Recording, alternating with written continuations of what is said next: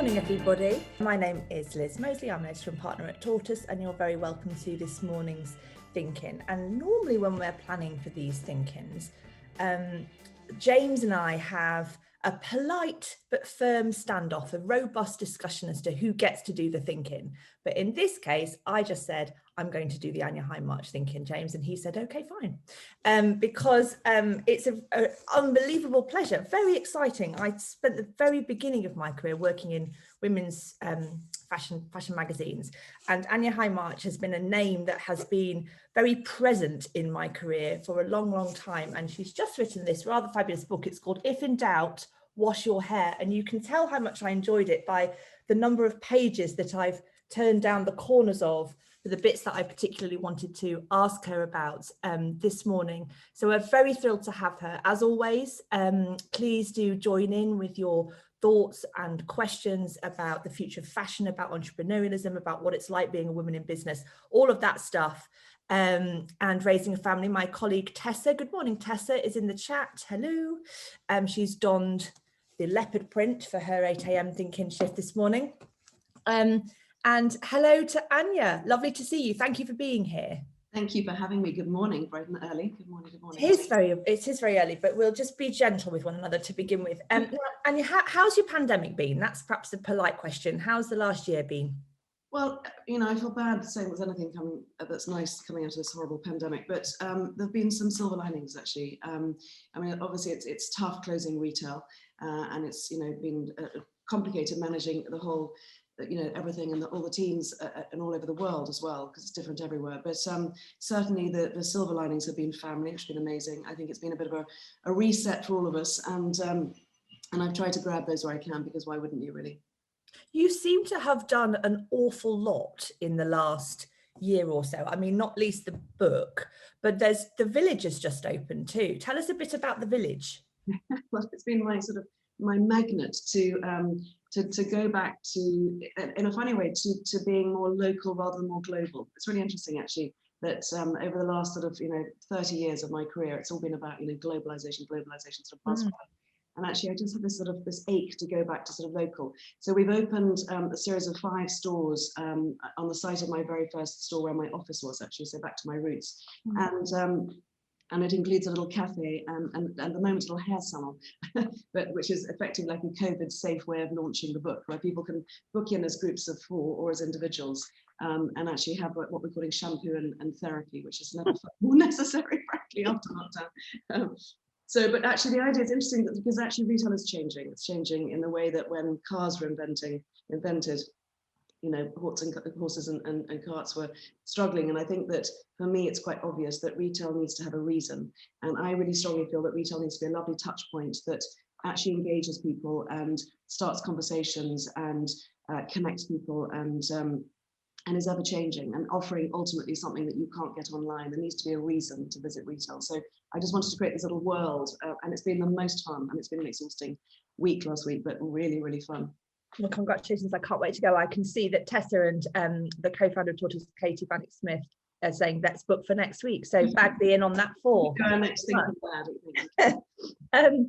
I'm interested to talk to you. We'll talk about family. We're going to talk about entrepreneurs, all those things I said, and it's all in there in the book. I just wonder, the book is a very personal, it's not really a business book. It's kind of a bit business. It's a bit everything. Did you feel exposed, and why now when you were writing it? It really is a sort of, here's me. Well, I think several things really. I've done lots of talks to women, you know, talking about my business and the industry and all those sorts of things. And it's interesting, at the end of all those talks, the things that seem to resonate are actually how you manage, I think, as a mum, as a stepmom, as someone, you know, working as a woman in business, as an entrepreneur, as a creative. And I actually think we've got to that stage where we all need to be a bit more honest, you know, and share these things, and the sort of that sense of you know, the sisterhood, or just, you know, sharing with parents. I mean, there's so much that I frankly have, and this book actually is a sort of compilation of everything I've sort of stolen and borrowed and learnt, and some of it I've worked out, some of it I definitely haven't worked out. So it's just, I thought if I could sort of vomit it all onto a page, that if it helps someone, then it's been worth doing. And it's what I wish I had known, I suppose, when I was younger. Yeah. Anya, you there's tons of things I want to sort of unpack, but I feel it's my duty, given we're Tortoise, very involved in journalism that talks about sustainability, about campaigning for net zero, all that stuff. So I'm going to start with plastic bags, because it's obviously a really important sort of shaping chapter in your brand, recognizable, you know, and in the sort of what drives you and motivates you too. And I think there's some really interesting, the section where you talk about I am not a plastic bag, and then the sort of subsequent I am a plastic bag, is the thing that particularly got me, was the way you talk about these were not perfect projects. And I think that's a really interesting and actually quite unusual way for a leader to talk about their, if you like, purpose-led initiatives, because very often when we're doing these kinds of conversations, we hear the shiny version, the soft, you know, look at us, we've done this wonderful thing and aren't we amazing, thanks very much, I'm ready for my medal now. And that's not how you talk about those projects in this book. Do you want to just sort of remind everybody what I am not a plastic bag was, where it came from, and how that played out?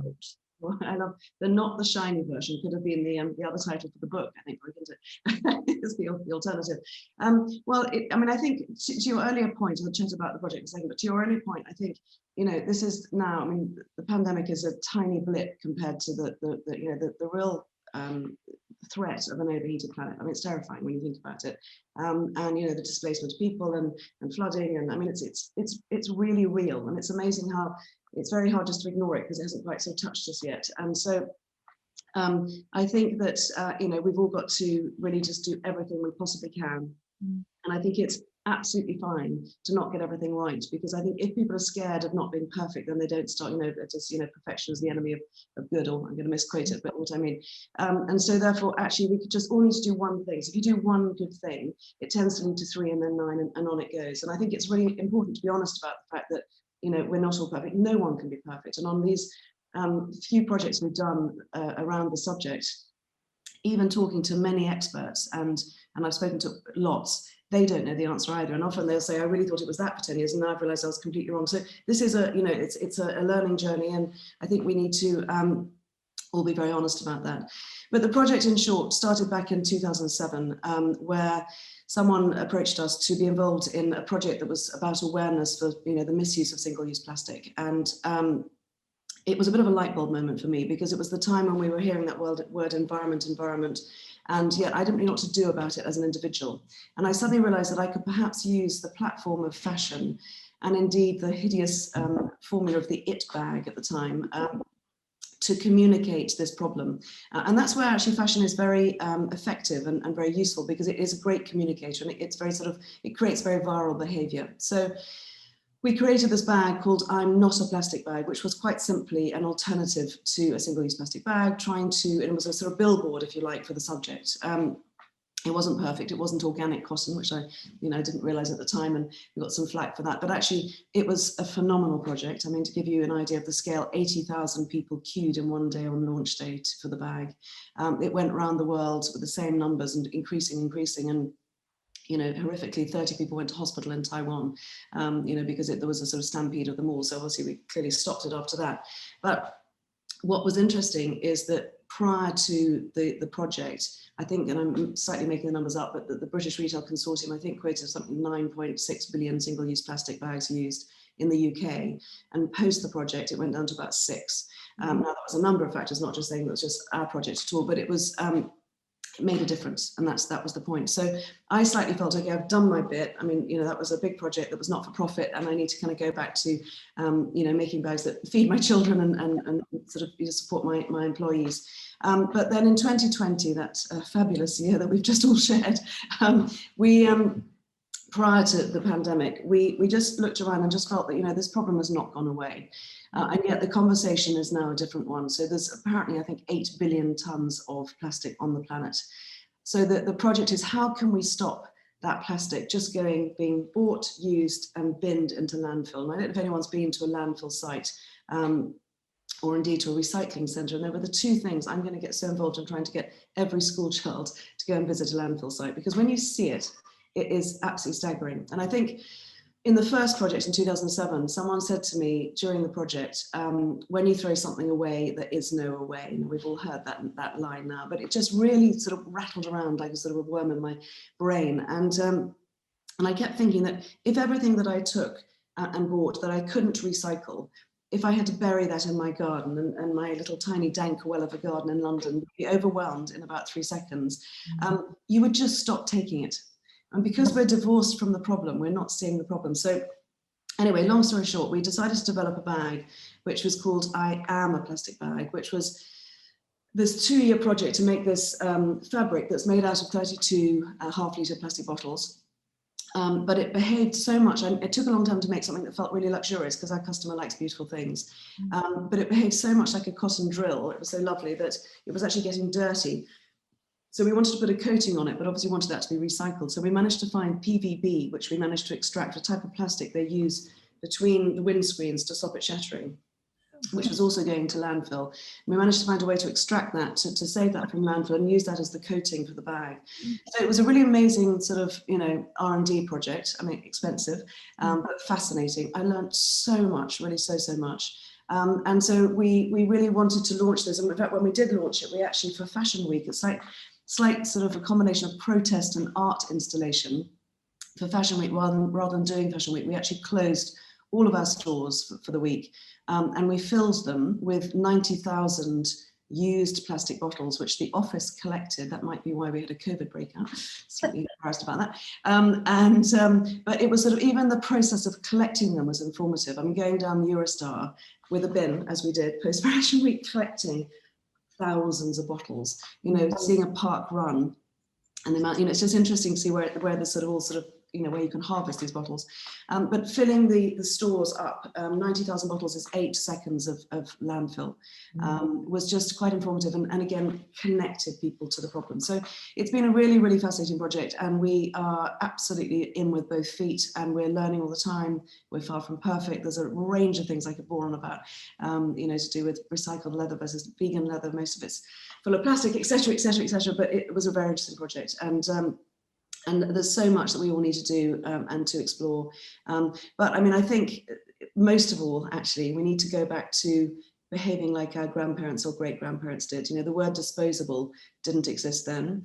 It was make, do, amend. It was waste not, want not. It was buy less, buy better. We just got into this crazy pace. We all have too much stuff.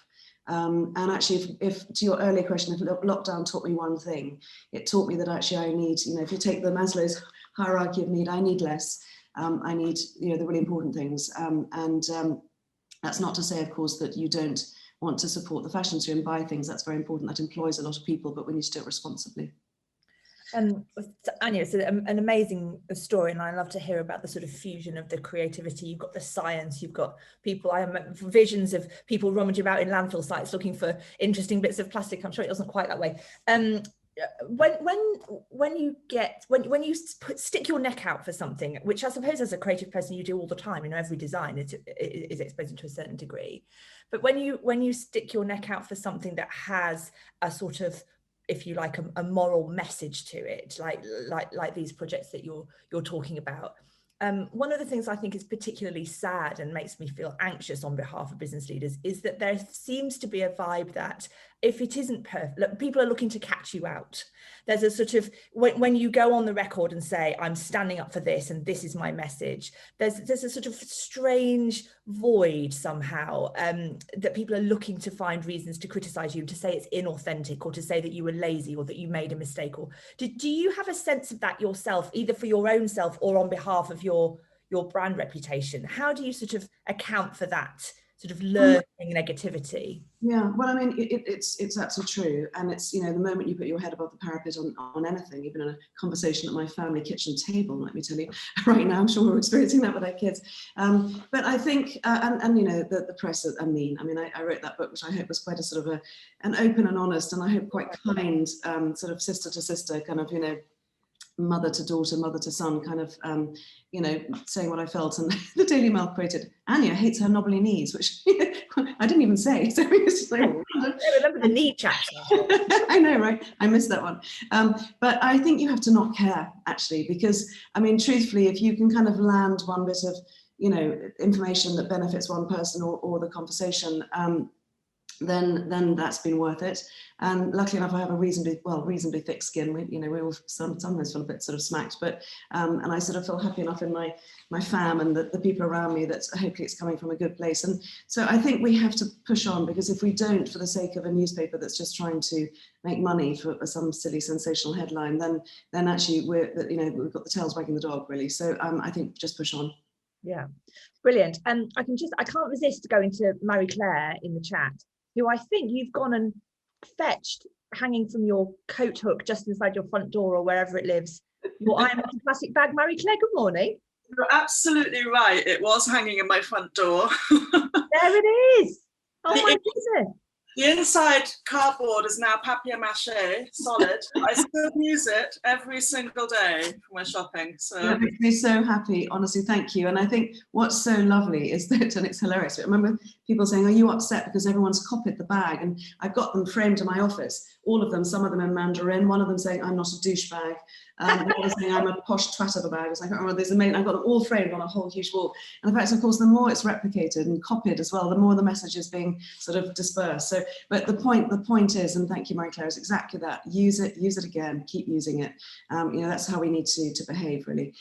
So high five, especially so early in the morning. Excellent work. I'm thrilled to see it. And it's funny, I couldn't quite picture it in my mind, because at the time you saw it everywhere. It was like the spotty dress from last summer. It was just everywhere. And then as soon as Marie Claire showed it, I was like, that's the bag. I can remember it. Burned into my consciousness. I'd like to talk, Anya, if I can, about so there's very personal stories in the book too. You sort of get a real sense of you and yourself and your voice, your instincts, as a sort of theme running through it, that you can be confident and have doubt, that those two things can go together and they don't need to sort of cancel one another out.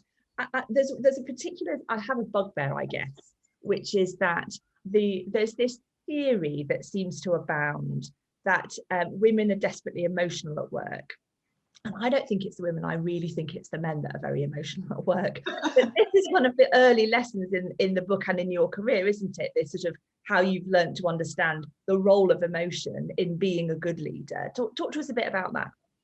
And just FYI, I'm so not man bashing here, so that because I work with men and I love having men in my workplace and in my spirits. It's a whole balance of people. But it was interesting that I was accused once. It was just a good moment, actually, because I was accused once of it was Anya, which, by the way, when anyone uses your name in a conversation, I always find that very aggressive. Note to all of it. You do, yeah. Anya, you must take the emotion out of this. And it was concerning something that was wholly unfair. And the individual was in the wrong and they were feeling guilty. So they were sort of going for the weak underbelly. And annoyingly, they landed, because I felt I was stung at the time. And I regret to this day that I didn't have a quick, good retort. But actually, the great thing is, well, there's a whole chapter, so maybe that's my retort. This is not a revenge book, by the way. But it was more that I learnt from that, because I felt, actually, you know what and I'm not saying as a woman or a man, but what I think I can bring to the workplace is emotion. And actually, it's one of the things that I think it's probably one of the few things I am quite good at, because I think that to run a business, to create product, it's a service business to a certain extent. If you don't have emotion as a business leader, as a product creator, as a parent, actually, frankly, you're not going to land your messages. You're not going to actually get people on the journey and follow you. So I think emotion is incredibly important. And you're right about doubt. I think the title "If in Doubt, Wash Your Hair" was. And is a sort of silly title, really, and it came out of the fact that everyone always says to me, what's your best bit of advice for being a mother of lots of children and working really hard? And it was always jokingly, if in doubt, wash your hair, just because it always made me feel better. And somehow if you feel good about yourself, you feel a bit more sort of confident, and that sort of ties into what fashion's about and self-care and all sorts of things. But it also has the word doubt in it. And really the book is very much about doubt, actually, and it talks very openly about the doubt that I suffer is the wrong word, that I'm actually going to say enjoy, because I've actually realized that doubt is actually drives me on to be the best version of myself. Yeah. And it's sort of this little kind of gremlin on my shoulder going, you know, you're going to mess up, you're going to mess up. And it's there to sort of keep you on your toes. And I think what I've learned is that actually it does keep me on my toes, which is a great thing, because I'm always kind of a bit braced and a bit ready. But I can just turn it down and just kind of go, it's there, but I don't need to be, I can, if you like, use it to you know, to be better. So I think we need to embrace doubt. And that really is the subject of the book, actually. Yeah. Thank you so much. I'm going to go to my lovely colleague Fliss, who has made a comment. You've designed. First of all, Fliss is incredibly talented, very creative. We have this thing at Tortoise called Craft Club, in which I fail entirely in all of the challenges, and Fliss just produces these absolutely beautiful things with seemingly no effort. Are you there, Fliss? Yes, I'm here. I'll put my video on, but I'm just saying I haven't done my hair, so please, everybody, no judgment this morning. Just excuse my hair. Yeah, so it's something. So I've just gone through a cancer journey, and it's design and craft is something that really kept me going. I was able to really channel into something that wasn't the chaos that was my life. And so I've done lots and lots of different designs that I've bored all my colleagues and friends about. But way back when I used to work at the BBC with James, I used to cycle to work. So I used to cycle from Slough, which was a 2-hour slog. And you know, all the bags that were on the market for cyclists are sort of black, boring, very, very functional, but not really, you know, when you're carting around a spare pair of shoes, your makeup, your lunch, you know, it just wasn't useful for me. And so I came up with a few designs, and I spoke to James about it, and, you know, bless him, he was very helpful. But I think what you've just been saying about doubt is actually really interesting, because there is that, you know, who's going to listen to little old me about, you know, this idea, but there's also something within me that thinks that this is a really good idea, and if I can produce it using recycled plastics and, you know, make it really workable, I might even be able to get Katie Vanek-Smith on a bike. Might. I think if you dangle a gin at the other end of the road, it's more likely to cycle speedily. Liking this group. Sounds like my kind of gang, by the way. Craft and gin. I'm in. Yeah, so my question is basically, what would you say, you know, as well as the doubt, what would you say is the best piece of advice for anybody that's trying to break it? I mean, the fashion industry is so saturated, and, you know, lots of one-hit wonders, and but how, you know, you've been around for so long, which is amazing. By the way, I also have to say, I have repurposed my Anya Hindmarch t-shirt from TK Maxx into a face mask. I love that. Lovely. Waste not, want not. So to the question of how do you break in, I mean, I think, you know, just get going is my advice. That's always the thing. Just start, because you learn so much by starting, and always try and start sort of, you know, if you can, just by trying a little bit without giving up everything else, and just kind of just get a bit of a feel, so it feels a bit less of a risk. I think the important thing is to know that starting a business is different from a hobby, obviously, but it's worth saying that, because I speak to lots of people who come to me with some lovely idea, but I'm like, you've got to make money from the business. That's the difference between a business and a hobby. And business ultimately is very simple. You need to make or buy something and sell it for more than you make or buy it for. That's all it is. You know, it's literally that. And I think that you need to also make sure there's a market, because sometimes I also see people who've kind of got something and they can sell it for more than they make it or buy it for, but actually, do people want to buy it? So if you tick that profit piece and there's a market piece, then you've got a potential business. And then, of course, you start, and it's all fun, and you get your shiny new, you know, business cards, and off you go.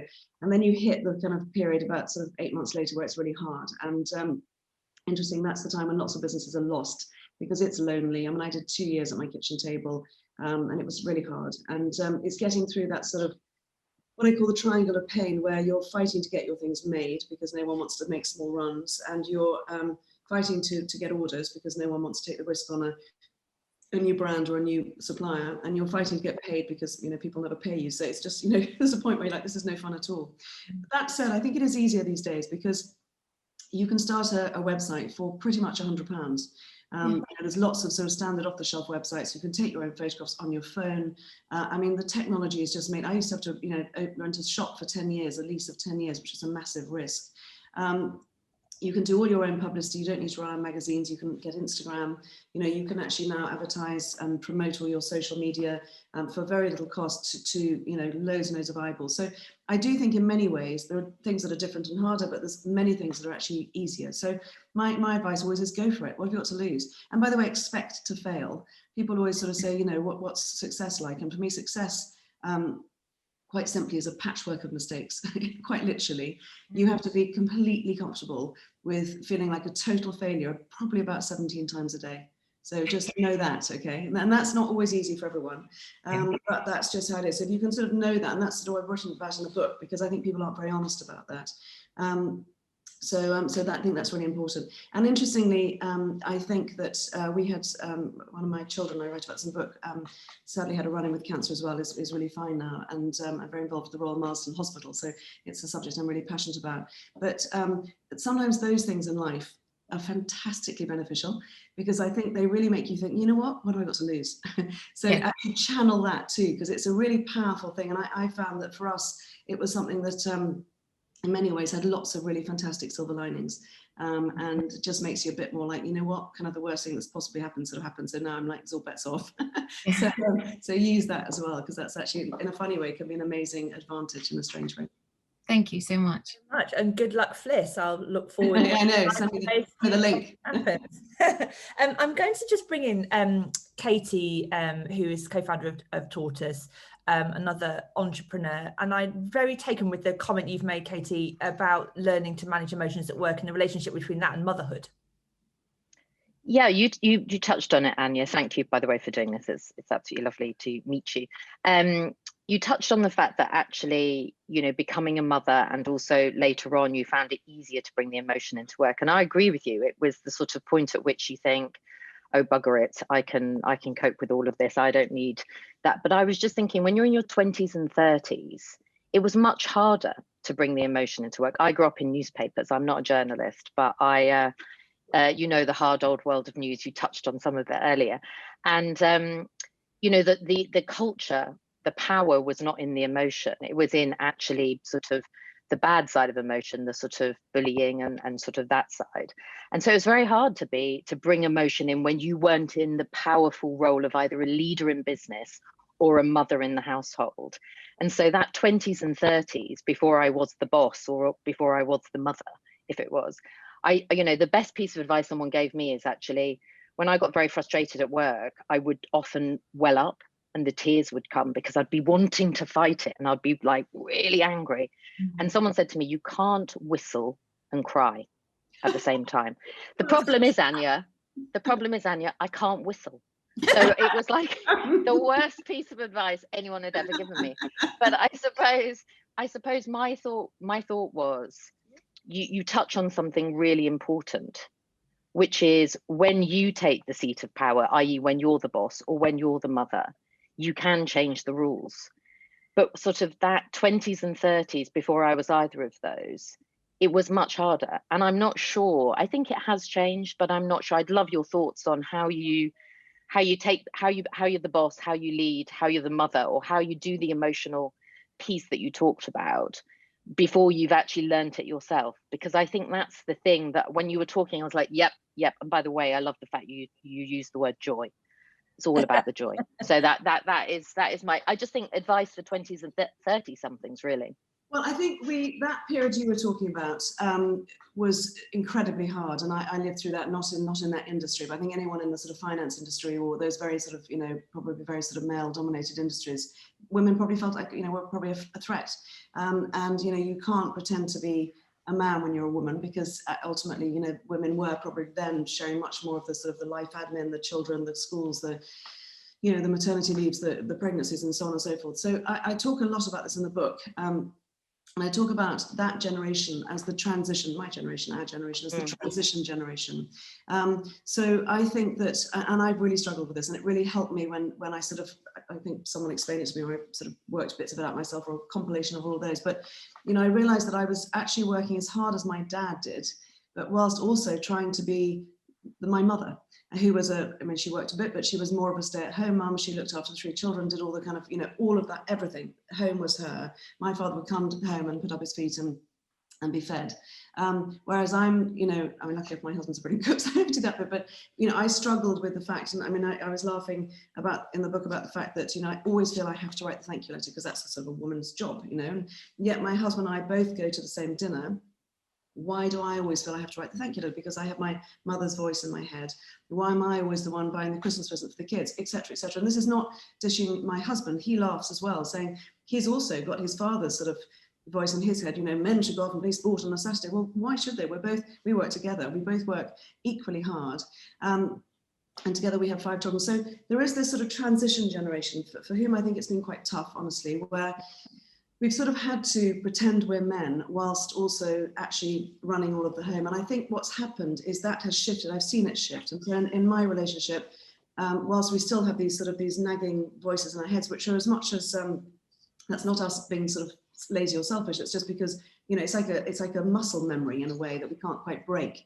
So it's sort of incumbent on us to chip off bits of that to show our kids that actually it's different. And I think, so for example, I'm useless as a cook, but actually probably I slightly adopted, that's the kind of, I'm not going to go there, that's not going to be my thing. And my husband loves cooking, so that's his.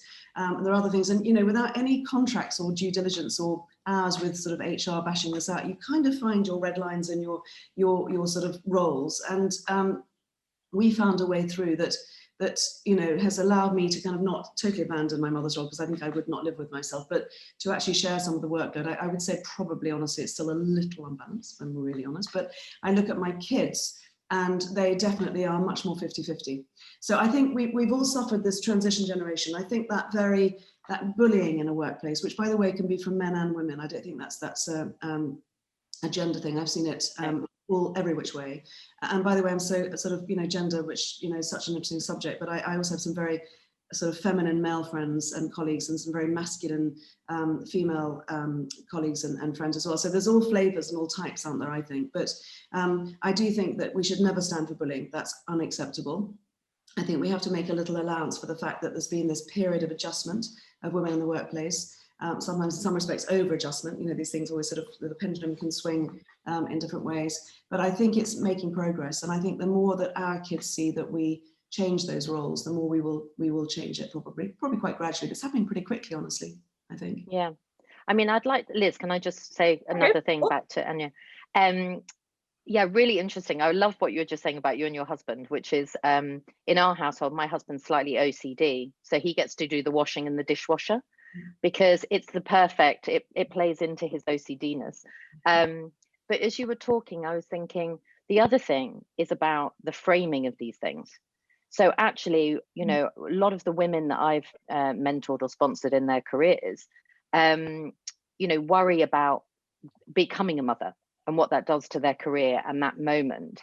And actually, if you reframe it and sort of say, actually, just think about the power that as women, we have choices that are now catching up actually for both men and women, with paternity and maternity leave catching up, which I think is amazing when you start to see actually that shift. So that sort of built into systems so that actually you can share, the sort of that first year in that way. But I just was, as you were talking there, I was thinking, a lot of women that I used to have to, worked with, I used to say to them, it's amazing. You have the most amazing choice. You have this most amazing choice to become a mother, and also the system is supporting you with now a year maternity leave. So yeah, it was fascinating. I think you're right. We are changing. You're right about just the shared parental leave.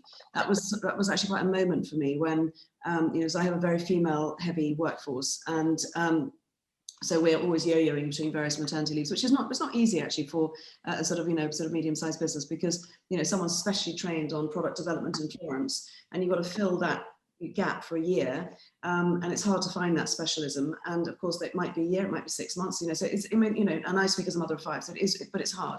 But we muddle through and we collaborate, and we sort of partner with each other. And there's a lovely moment in my design team when my sort of the sort of senior design team were like, well, I'll go first, I'll get my baby out of the way, then you go. Is that good? No, you'll go. Okay, you cover that season. It's completely brilliant that we were family planning around the sort of the seasons. But I do think though, when I had the first shared parental leave request, my first thought was, Jesus, really? Men as well? Christ, I've got to kind of, cope with this. And I suddenly thought, actually, no, that's the checkmate moment. That's the moment where, when I'm employing a sort of just married 30-year-old woman, or interviewing a woman who's 30 just married, versus a guy who's 32 and just married, now they're, if you like, equally inconvenient in the workplace. That's something that would get picked up by the Daily Mail, by the way, but we'll just carry on anyway.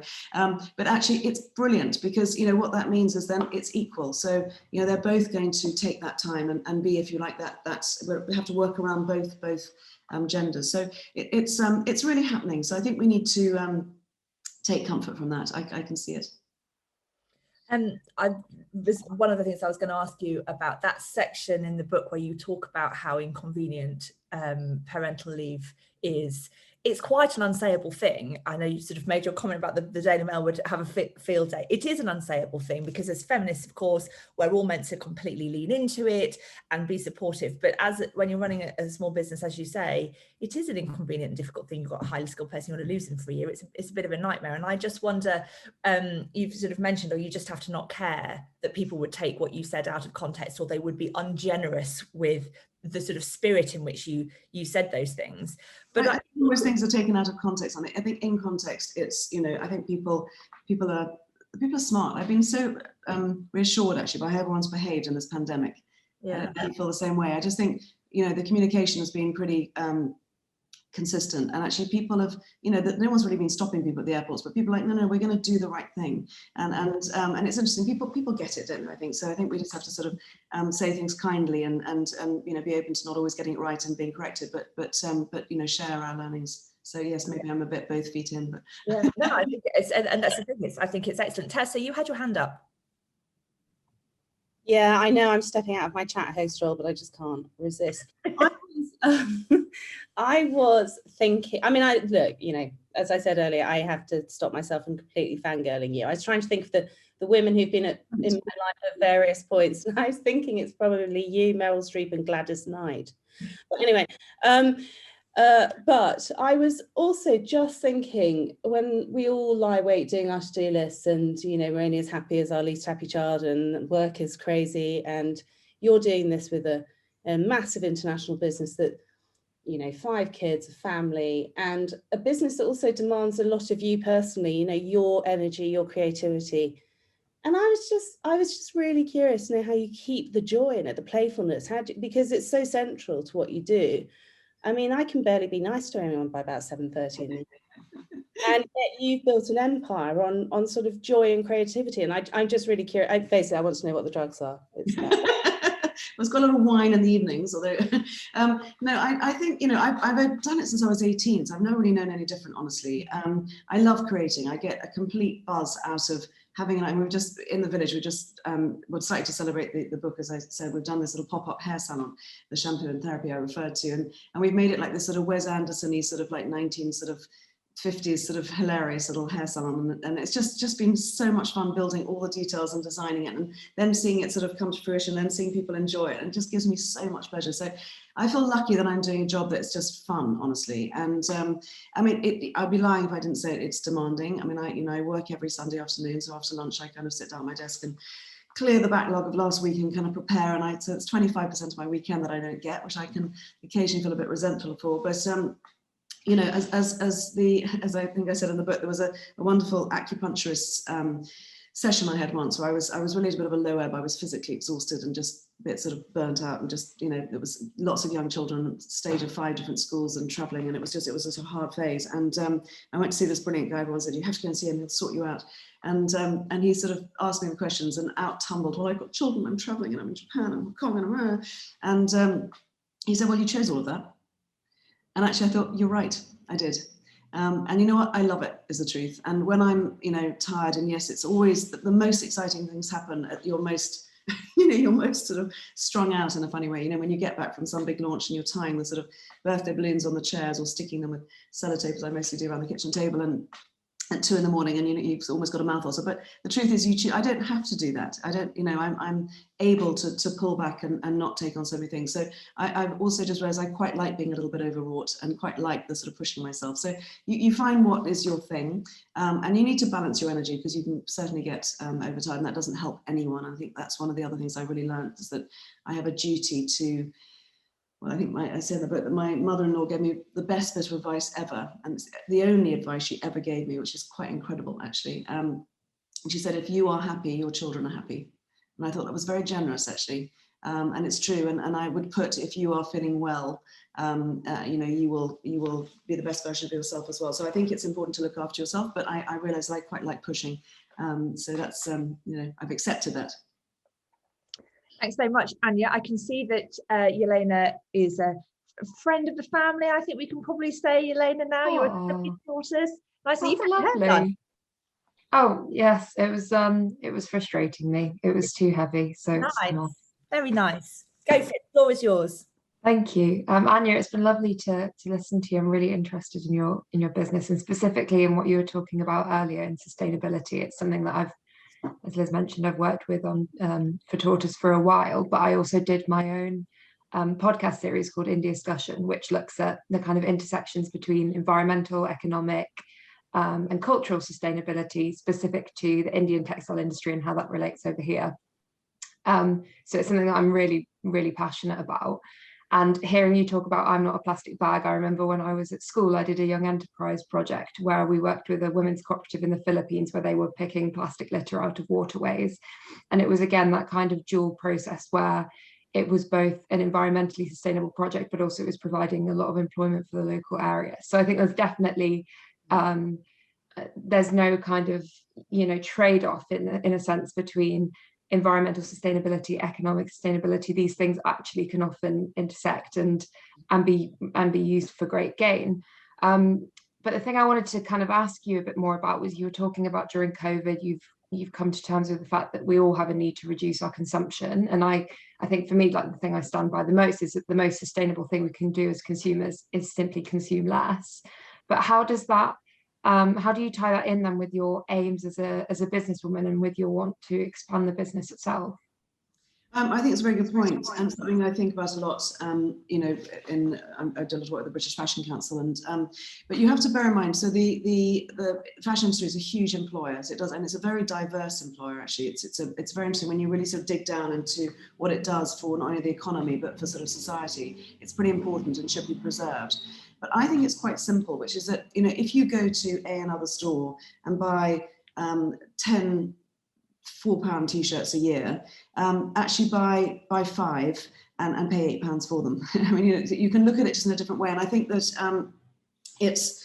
there are ways of making sure that we don't just sort of destroy an industry and therefore end up with everyone out of work. Because if there's anything that's going to pull the environmental, the planet agenda down, down people's agenda, so too early in the morning to speak, then it will be that, if people are hungry, then they won't actually be able to actually do the right thing. They'll just be, looking for the cheapest, the quickest. So I think it's incumbent on all of us to make sure we don't sort of decimate industry and jobs. But I think there are very easy ways around that, which is, and new industries are starting. I'm loving the fact I'm seeing, mending and repairing shops opening at breakneck speed, and the things do regenerate to that, sort of.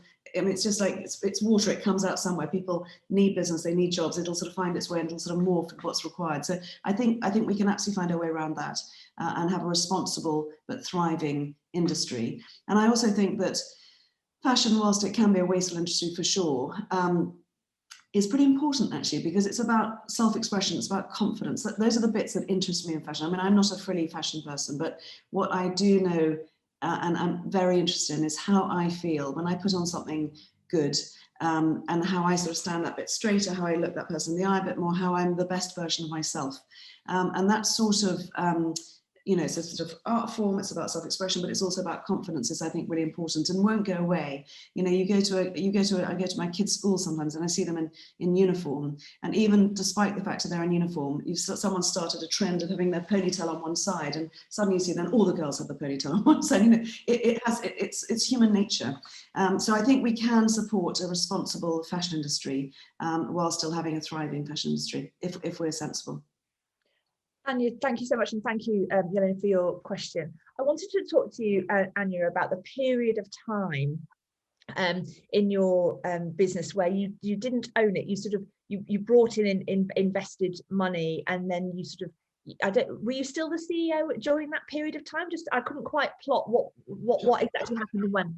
So about sort of 7 or 8 years ago, I was CEO and I was the creative, doing all the creative, so CCO it was called as well, so the creative officer basically, and had lots of children. It was very busy. So I sort of thought, as you know, part of the business sort of growing up and continuing to sort of grow. We had lots of shops all over the world, so it was sort of I think 60 stores across the world.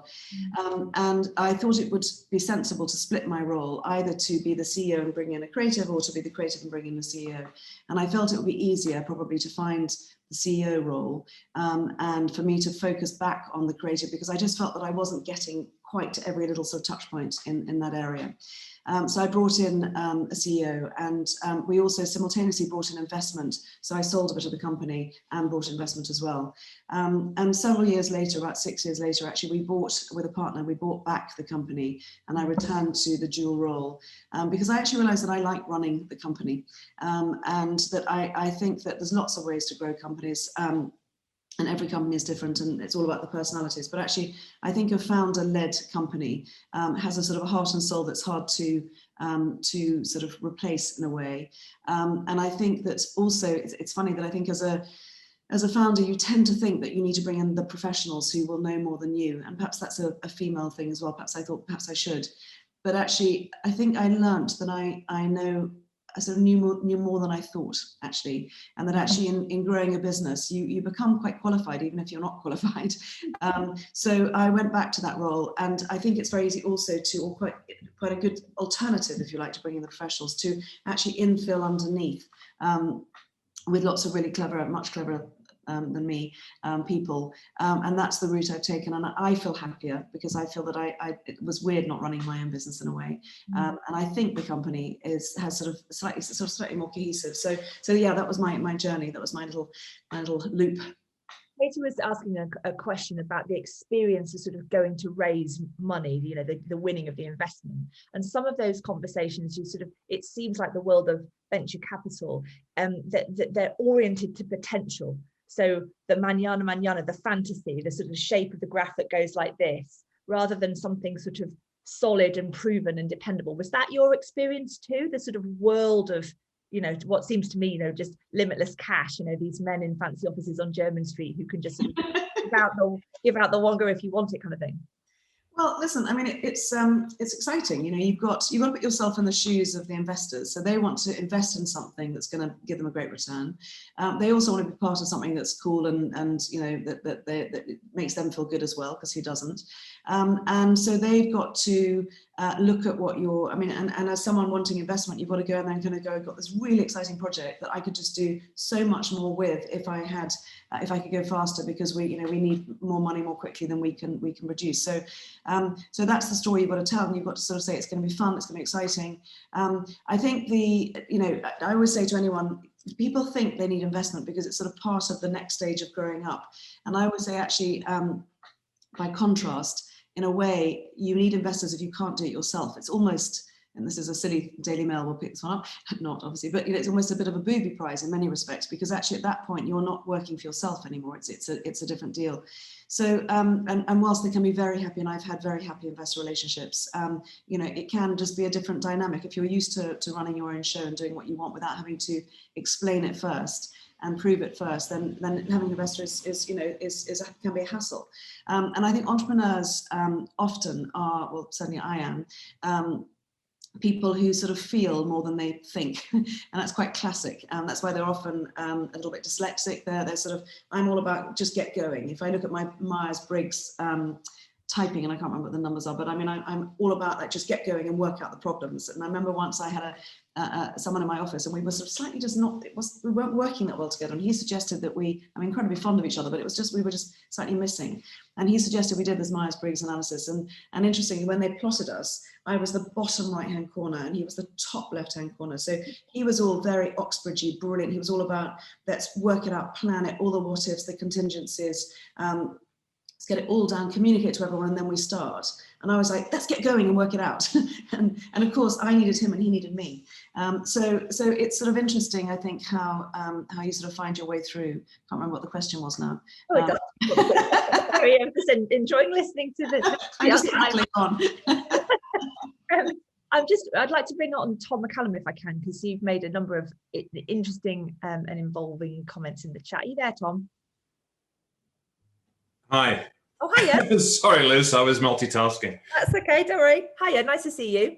Good. I was about to say I was going to decline. This is a room for women to speak, and I was just quietly injecting in the sidebar. Oh, well, don't decline. We love men. Well, I'm glad to hear it, Anya. You've been filtering out, because Tom, you invest in small companies, you work with entrepreneurs and things, and you're just picking out some lessons of what Anya was saying and nodding vigorously is what you've been doing in the chat. Well, yes, I just wanted, it's just more acknowledgement than anything. It's, I haven't met her personally, but your co-author, please do plug your book before you finish. Your co-author Lorraine has been railing on social media over the last 15 months about how it's uneven in the household, and you talked about it, and Katie mentioned it. And it's just, how deep the societal things are, and we can't rationally move that forwards. However, you just spent an hour modeling the type of leadership that I feel gender non-specific is key to the future we live in. That is open, authentic, self-aware, and just as you talked about masculine, feminine energy as well, that is just truly yourself. So I'm just very inspired. That was all I wanted to know as somebody who's, and the entrepreneurial bit is I wrote JFDI, just effing do it, right? do it as yourself. I think if Liz was to run a poll, it'd be interesting to see how many people would consider themselves entrepreneurs, because to even change how it operates in the household takes a bit of that self-belief. So those are just some thoughts, and thank you. Well, thank you. That's some lovely words. I think this honesty piece is really important, actually. And that's why I wrote the book. And I had a couple of friends of mine who I really respect. I had breakfast with them at my new little cafe the other day, and they said, did you not feel, were you okay to be that honest? And I thought, oh, was I? Maybe I shouldn't have been. What were they saying? And they're sort of my 6-year-old friends. They're a little bit older than me, and women I really admire. They're like my girl heroes. And actually, I think there was a difference between the sort of 60s and the 50s. I think it's partly because, the kids are so open now about their feelings and mental health, which is almost bandied about almost too much as a sort of, but it is fascinating, and things that were, you weren't able to speak about very openly, I think we now can. I think it is really important. And so thank you for that, Tom. Is Louise Simpson around? Are you there, Louise? Hi. Hiya. Nice to see you. Nice to see you. Go for it. Well, we obviously never met, because otherwise we'd know each other. But actually, we were at school together. We were at school. Newhall. So I'm wondering, given all you're saying, and actually, I actually feel a lot of what you're saying. I just wonder whether you feel that I didn't really like Newhall, I have to say. But do you feel it influenced you and the way you are? You'll laugh, because I've accepted all sorts of things that I wouldn't normally do for this book. One of which was writing the op-ed for the Catholic Herald. No, but it's kind of brilliant. I'm not Catholic, but I'm married to a Catholic. We both went to a Catholic convent, and it was quite fascinating as to how that influenced me, actually. Whether it was the best education, it's hard to say. Probably not, given that I didn't end up at university. But I'm thankful to our nuns, actually, because I think they gave me a sort of a lovely sense of spirituality. And I know that sounds a bit sort of too much maybe at the stage in the morning, but I do find a real balm in going to church. There's actually a little church behind where I spend the weekends in Wiltshire, and I often pop in there. I'm allowed, I've got the keys, and people talk a lot about needing mindfulness, and they talk about needing a digital detox. They talk about actually setting intentions, all the things that our kids do, probably in yoga.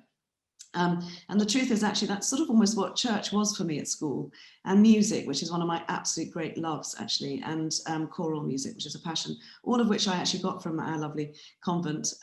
So listen, who knows? I think, I almost think, there's more to religion. Religion came out of need, didn't it, in a way, probably as a sort of set of laws in the early days. And I think addressing a spiritual need that we all have, that doesn't go away, that's part of who we are. And so did I get that from school? Yes, I did.